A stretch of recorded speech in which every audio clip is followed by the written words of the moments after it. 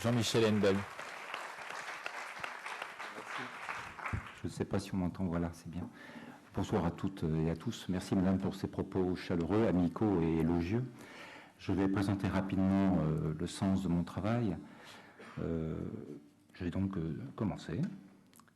Je suis un peu ému parce que je pense à ces enfants et à ces familles dont vous venez de parler et qui n'arrêtent pas de hanter mon esprit, bien que j'ai quitté la vie professionnelle depuis peu. On n'oublie jamais que l'on a été un soignant et on reste toujours soignant dans l'âme. Donc l'esprit est toujours pétri de ces souvenirs-là. L'enfant cérébrolésé est un enfant dont le cerveau a subi une agression. Celle-ci se produit à un moment particulier de son histoire, sur un cerveau sain en cours de maturation. Les conséquences en sont redoutables, réversibles ou non, engageant son devenir. Cet enfant, impliqué dans un événement pathologique marquant irrémédiablement le cours de son existence, s'inscrit tragiquement dans une suite logique, existentielle. Traumatisme cérébral, plasticité cérébrale, résilience dont il faut examiner les connexions.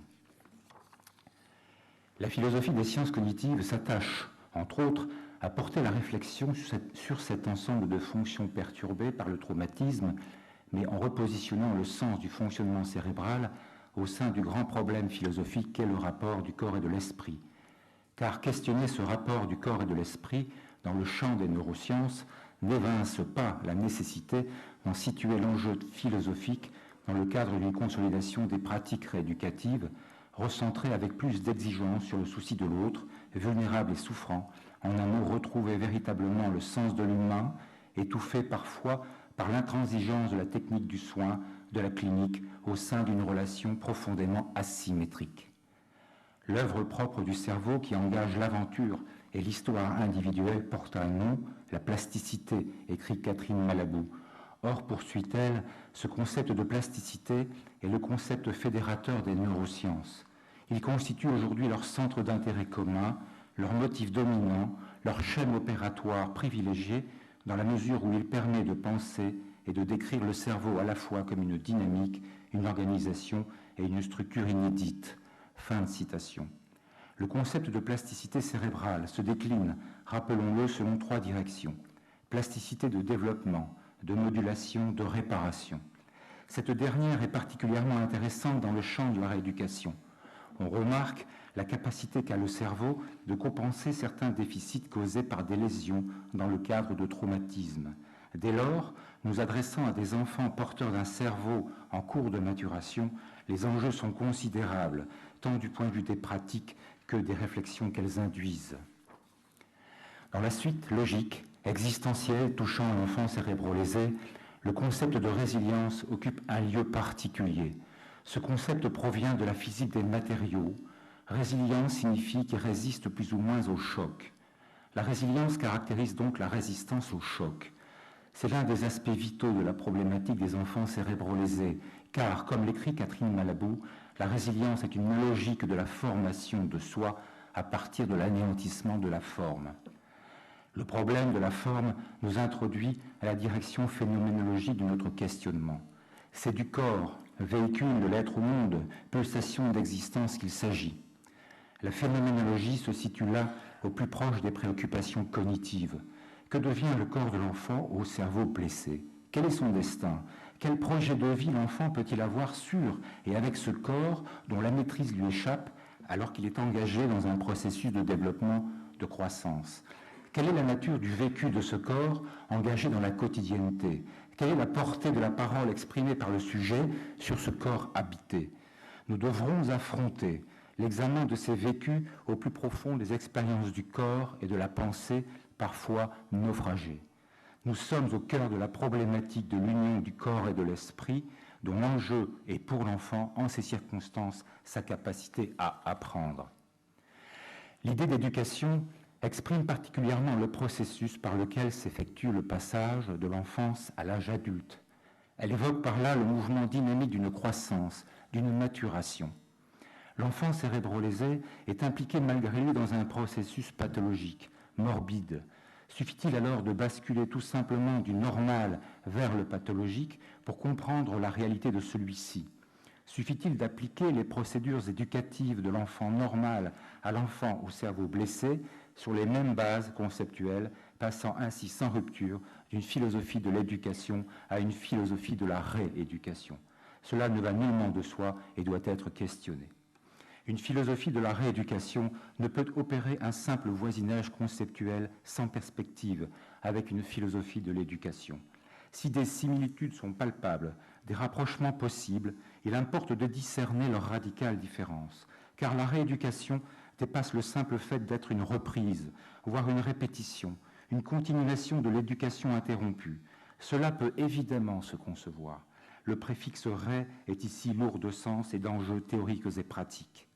La rééducation est, pour nous, surtout œuvre de création d'une nouvelle forme, non pas seulement simple ou difficile résultat d'une adaptation à un milieu, mais prenant le sens d'un façonnement de soi où chacun des protagonistes engagés dans la relation de soins est convoqué, enfant, rééducateur et parent.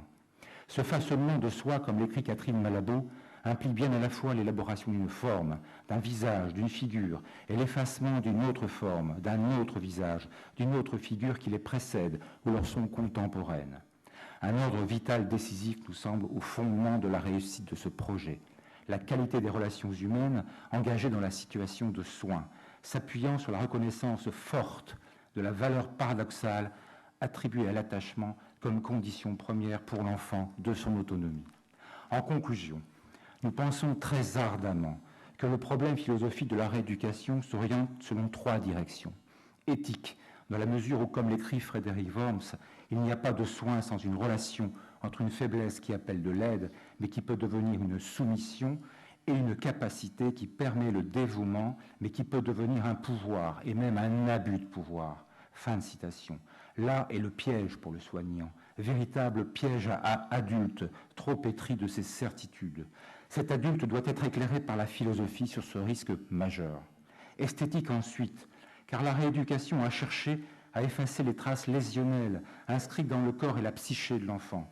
Stigmate du traumatisme, écriture tragique de l'existence dans la chair cérébrale. Mais cet effacement total, nous le savons, est dans l'absolu impossible, car il reste au mieux ou au pire les traces de cet effacement, éternellement, à même le parchemin du corps, celui-ci tel le palimpseste, révélant toujours que l'œuvre de réparation du corps et de l'âme blessée peut, même lorsqu'elle est terminée, laisser supposer ou apparaître des traces de la version antérieure, celle du traumatisme lui-même. La plasticité destructrice marque de son empreinte indélébile la totalité organique et psychique de l'enfant que la plasticité réparatrice ne peut pas faire disparaître absolument. Le façonnement du corps de l'enfant implique effectivement l'élaboration d'une nouvelle forme corporelle, celle-ci succédant à la déconstruction, certes symbolique, mais aussi bien réelle de la forme traumatique. Cependant, il y a toujours quelque chose d'irréductible, profondément enfoui dans le soi, qui échappe définitivement à l'œuvre réparatrice que la thérapie rééducative engage vis-à-vis de la blessure fondamentale. Le soin rééducatif doit donc, et malgré tout, à la fois effacer et façonner, pratiquement dans le même mouvement et la même ardeur thérapeutique, car durant le traitement, l'enfant continue à grandir.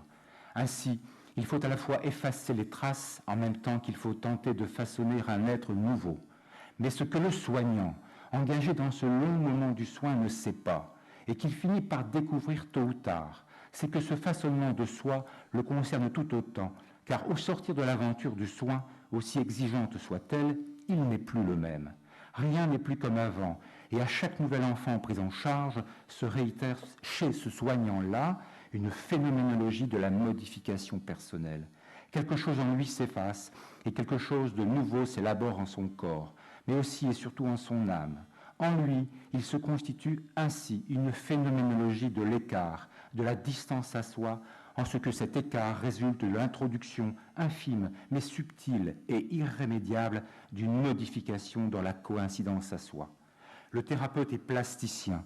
Son projet est bien de créer, non pas à l'identique bien sûr, une nouvelle forme, la belle forme, celle qui peut être présentée ou se présenter d'elle-même à l'autre, au groupe social, à la cité. Il s'agit, à partir d'une rupture de la gestalt de l'enfant en raison du traumatisme cérébral, de mettre en œuvre une gestalt de la rupture permettant de traverser l'épreuve qui a mis en jeu l'essence de son existence pour aboutir à une nouvelle gestalt individuelle ayant intégré la dimension dialectique de l'effacement de la forme, de l'élaboration et du façonnement de la nouvelle forme du corps.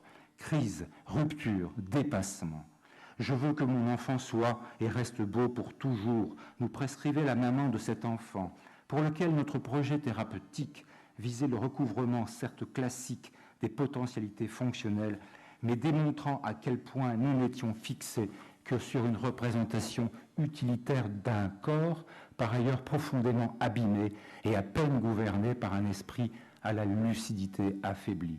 Le désir de la maman était clair, la beauté de son enfant. En somme, la beauté contre la fonctionnalité ou la beauté fonctionnelle dans une tentative dialectique de conciliation respectueuse entre elle et nous.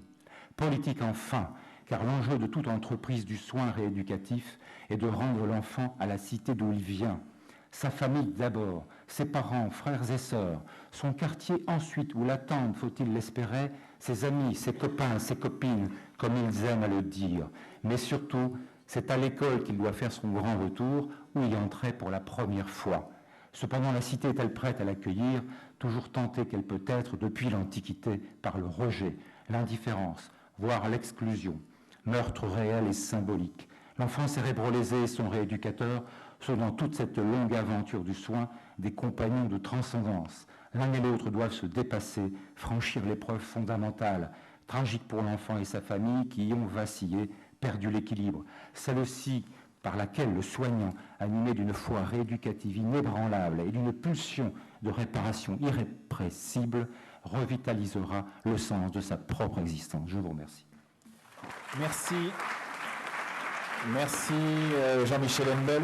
Je vais vous demander de vous rendre pour recevoir votre prix et je vais demander donc ensuite aux successeurs, à vos successeurs de nous rejoindre. Je vous prenez le temps tout de même, c'est un moment important pour vous. Allez chercher votre prix, je vous en prie. Et nous allons ensuite, ainsi que vous, parce que vous avez le vôtre.